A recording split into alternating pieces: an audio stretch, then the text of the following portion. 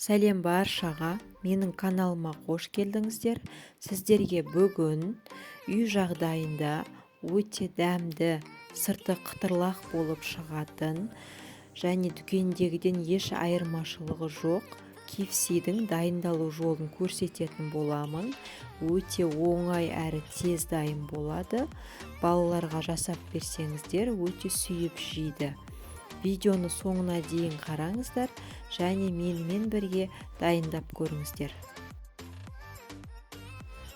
Бізде мұнда тауық еті керек болады, яғни қанаттары, саны еттері, еттілеу жерін алсаңыздар болады.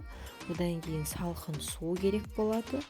Және мұнда бізде қара бұрыш, паприка, қызыл бұрыш, тұз.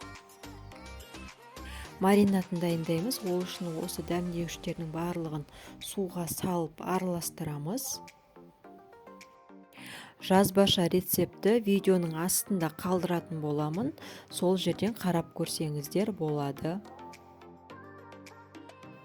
Дайын маринатты тауық етінің үстіне құямыз. Яғни біздің тауық етіміз маринатқа толықтай батып тұруы керек осылай. Осы күйінде кем дегенде 3-4 сағатқа, не болмаса бір түнге тоңазытқышқа қойып қоямыз.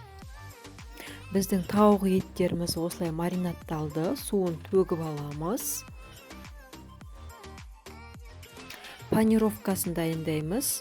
Бөлек үлкендеу ыдысқа ұн саламыз. Оның үстінен жарты шай қасық паприканы және жарты шай қасық тұзды салып араластырып аламыз.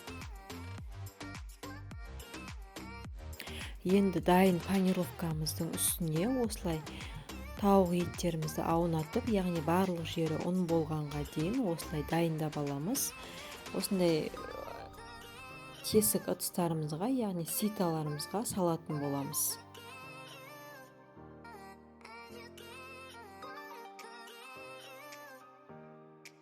Міне біздің тауық еттеріміз дайын. Енді үлкендеу ыдысқа немесе кастрюльге салқын су құямыз. Оның үстіне тауықтарымызды салып, яғни тауық еттерін толықтай суға бататындай етіп, осылай тура видеода көрсетілгендей етіп жасайсыздар.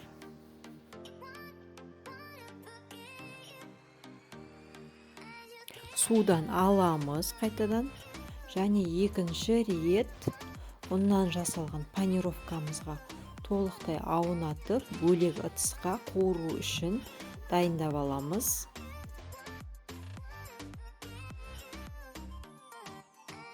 Кастрюльге немесе табаға сұйық май құйып жақсылап қыздырамыз.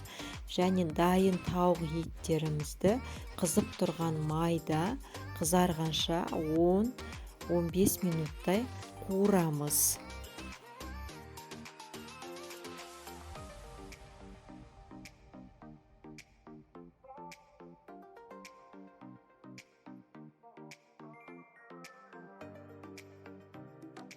Біздің тауық етіміздің барлығы осылай қызартылып қуырылды. Енді оны осылай қағаз салфеткаға салып аламыз.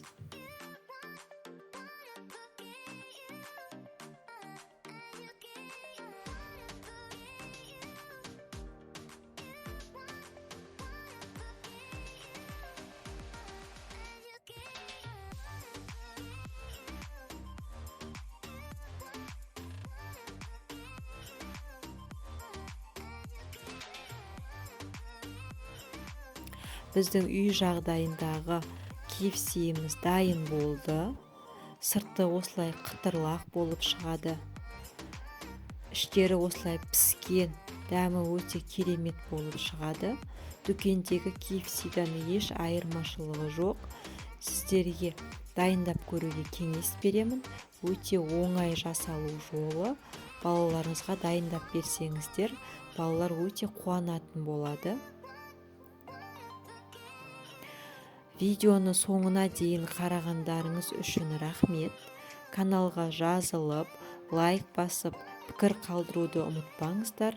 Бұйырса алда әртүрлі рецептермен бөлісетін боламын. Келесі кездескенше сау болыңыздар.